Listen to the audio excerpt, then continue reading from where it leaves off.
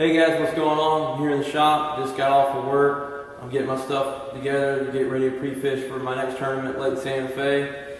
Got my brand new Lew's American Hero combo that I picked up. Slowly but surely, I'm replacing all my old Quantum rods. They're not going to the dumpster, they're just going to be turned into, back of my pickup truck, pond rods.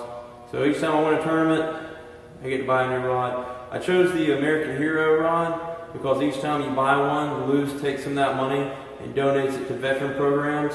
That way they can get the veterans back out on the water, and also you're buying them a rod to continue them fishing.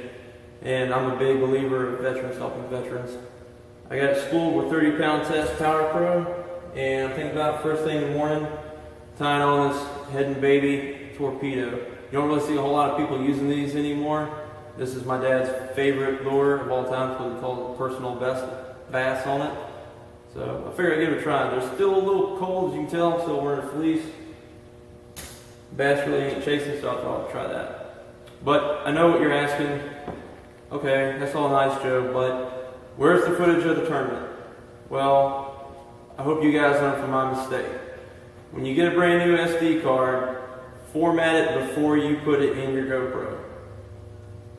That wasn't my only GoPro incident. There was also, should have been, a pre-fishing video of me fishing Lake Lochloosa for that tournament, but we won't go into that.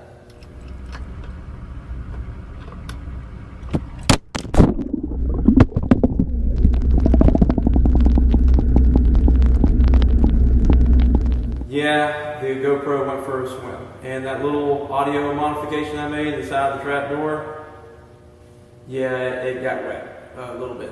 But luckily, I took everything out of it, the battery, the SD card, and I just left it on the back deck while I fished. And for me, it started working at the end of the day. Thank goodness, I don't think I could have spared another $400 to buy a new camera. So, but the GoPro worked great after that for my tournament. It recorded everything in the morning, but when I put that new SD card in, it only recorded 3 videos.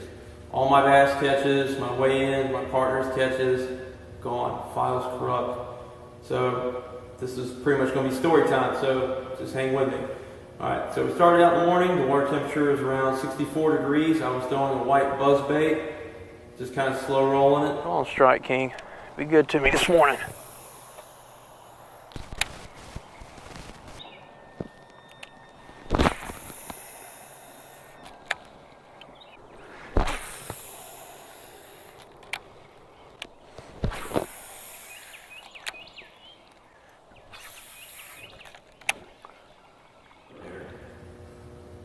That wasn't really going either, so good old plastic worm. I started throwing a worm, my partner started throwing a worm, and we started flipping lily pads.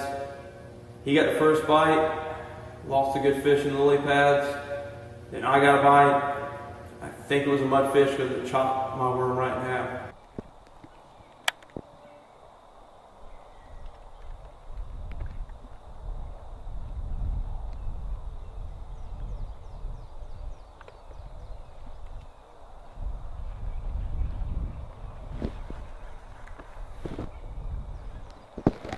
Oh!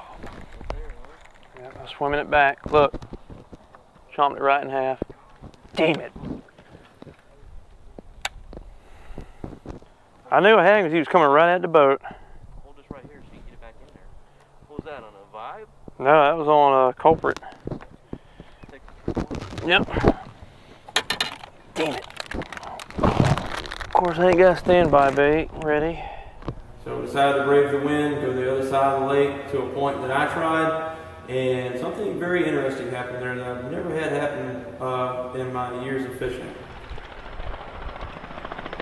I've heard of hoarding fishing spots, but this is ridiculous.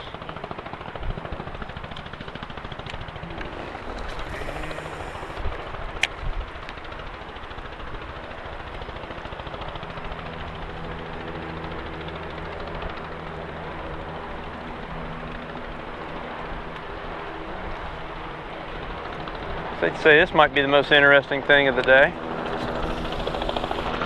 Hopefully a 10-pounder. That'd be nicer.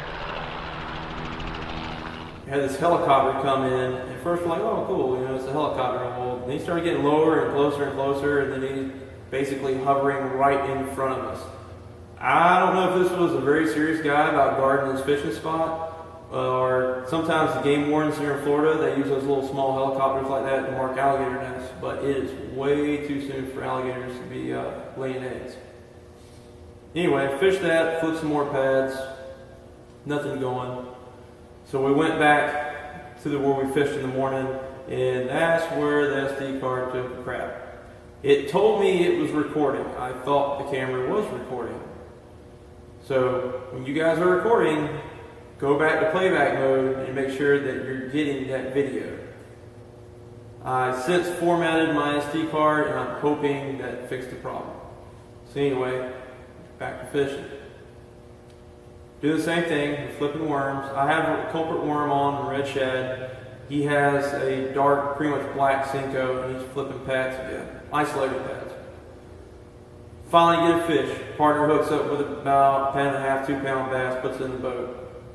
Roger that. So what do? I go in my tackle box and I get a young dinger in blueberry, black or blue flake, and I rig it Texas style with a 1/4 ounce bullet weight.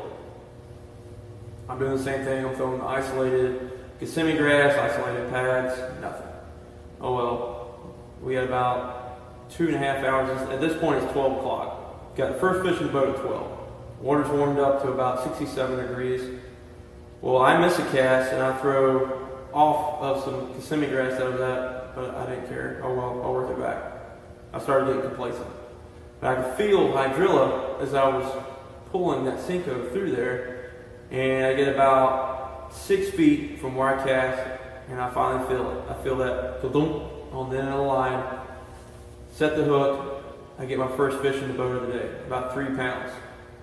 Sweet. At this point, I'm just happy I'm going across the scales or something, and it's a nice fish, it's not a little dink. Same thing.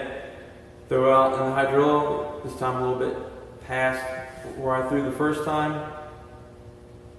Get about halfway back, feel my line jump, there it goes, off running, set the hook, another bass, about 2 pounds. At that time, me and my partner both had an aha moment. We figured it out. They're not on the pads, they're not on the Kissimmee grass, they're in the bright green hydrilla. And the hydrilla, what was linked to that is when he put his power pole down, we hear the crunch of the sand. The bass were on hydrilla and they were on hard bottom. Now we know what to look for. So we fished a 50-yard stretch of that bank. And now he would catch a fish, I would catch a fish. He would catch a fish, I would catch a fish. And the other guys fishing the tournament were just looking dumbfounded, wondering what are they doing wrong. Because we're the only ones around catching fish, and there's only a couple minutes left in the tournament. When we were throwing in the pads, we were throwing in mud because you could get all that rotten stuff all over your hook. You have to clean your hook off, clean it off your bullet weight. Once we figured out we needed to be in sand, it was game on. I ended up catching 4 fish, and I got second place with a total weight of 9.58 pounds. The guy who beat me in first place had 10 pounds, 0.79 ounces, and he caught all his fish first thing in the morning on a devil's horse. And I think he had the big fish, which was 5 pounds. So I had a good sack.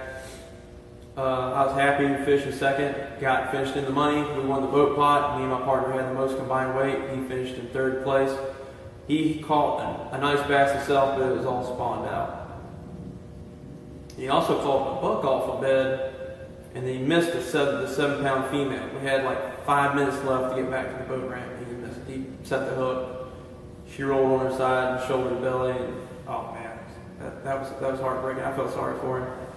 Guys, I can't tell you how much I appreciate y'all following me on my tournament trail. I only get a couple, like about 100, 120 views on these bass tournament videos. And I thank every single one of you that watch it. Those are my true subscribers. It's not like the guys watching my kayak reviews or anything. You guys, when y'all see that video post, you click on it to see how I did. And I can't thank you enough. We're currently at 377 subscribers. My goal this year for 2017 is to hit 1,000 subscribers. That's my goal. So if you haven't already, click on the Dinsmore outdoor bubble. I'm sure I'll place it somewhere here in the screen. Go ahead and click on that. Subscribe to the channel so you can continue to follow me on my bass trail. And like I said, Lake Santa Fe is coming up. You guys are watching this video. I'm probably out there pre-fishing it right then and there. So be sure to click and subscribe. I appreciate it. And also, I finally got with the times and started an Instagram account. I'll have a link down to it in the description below. So go ahead and click on that. Follow me on Instagram, and also check out Dinsmore Outdoors on Facebook while you're at it. Remember, guys, we do more in Dinsmore. See you on the water. Thanks for joining me.